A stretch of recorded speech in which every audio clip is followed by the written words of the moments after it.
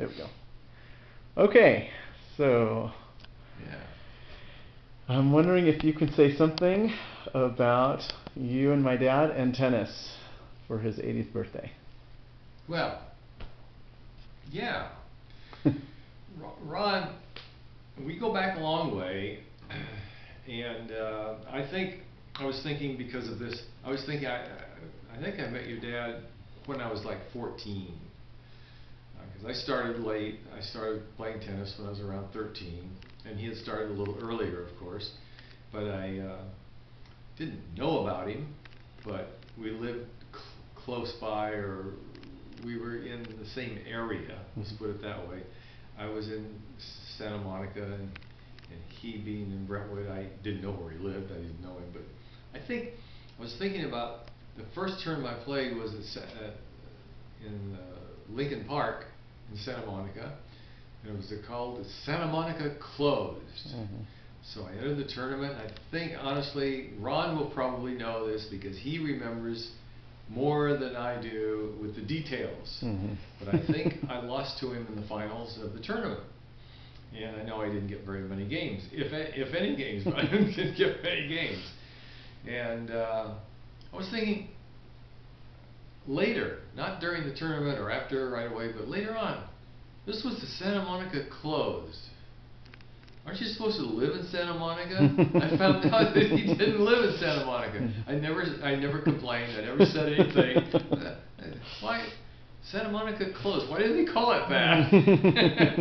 Anyway, after all that, you're filing a protest now? No, now that I'm 100 years old. Never too late. But we played a lot. We both played a lot at Lincoln Park, and even though it's not Lincoln Park anymore, we refuse to go by the new name, but Lincoln Park. Mm-hmm. And so we got together every once in a while. We played, and Ron was very nice to play with me, and I thought that was really neat because he's so good.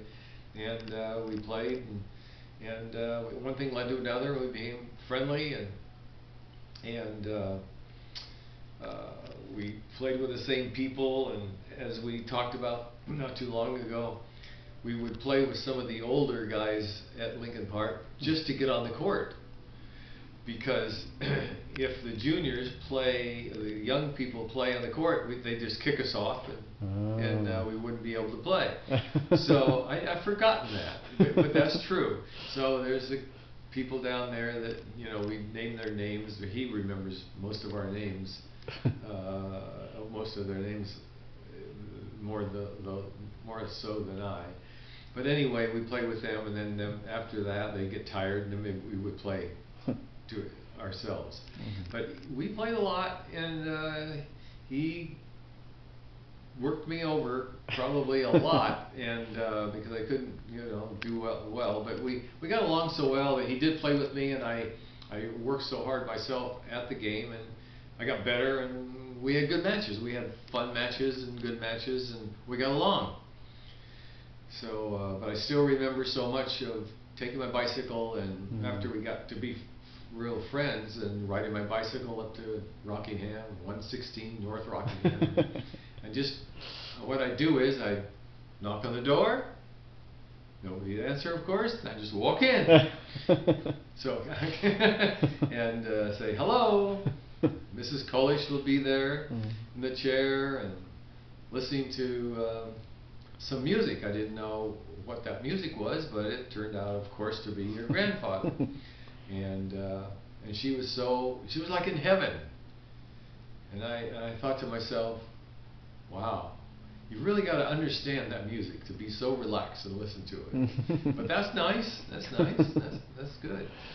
Anyway, so we became friends, of course, as I say, and we played a lot of doubles.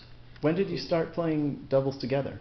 That's a question. Good. I think I was like 16 or so, and then we played a lot when I was 17, and that was the last year. When I first met Ron, the divisions were 15 and then 18. Then they changed the division from that, from like 12, 14, 16, and 18, only 2 years apart. So I was probably 17, and then we started playing a lot. There was one, we worked as a team terrific, and I told Ron one time, I said, you know, we've been playing so many tournaments this year, or whatever, how many matches, we played a lot of matches a year, and only one ball has gotten by us in all those matches. Only one, and it turned out to be that the whole year, only one ball got beyond us. That is, between us or around us, but because we moved so well together. Then it was an amazing situation.